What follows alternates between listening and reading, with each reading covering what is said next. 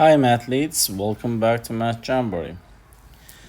Today we have another digital SAT math question from the topic of functions.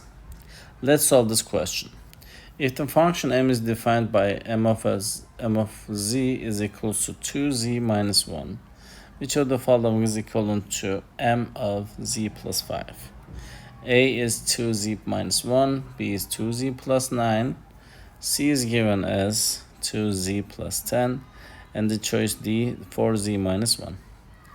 So to solve this equation, the problem, so m of z is given to z minus 1, right?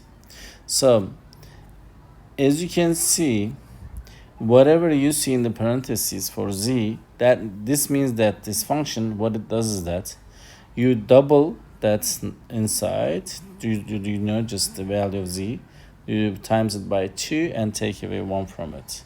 So we will do the same thing. Whatever we see in the parentheses, we have z plus 5 now, and that means that we will just 2 times, let me show you that with a different color pen. Instead of z, I'm going to write z plus 5. The rest is the same thing.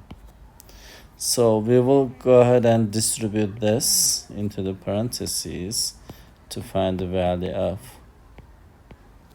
m of z plus 5. 2 times z is 2z. 2 times 5 is 10. And we will just take away 1 from it. So this becomes 2z plus 9.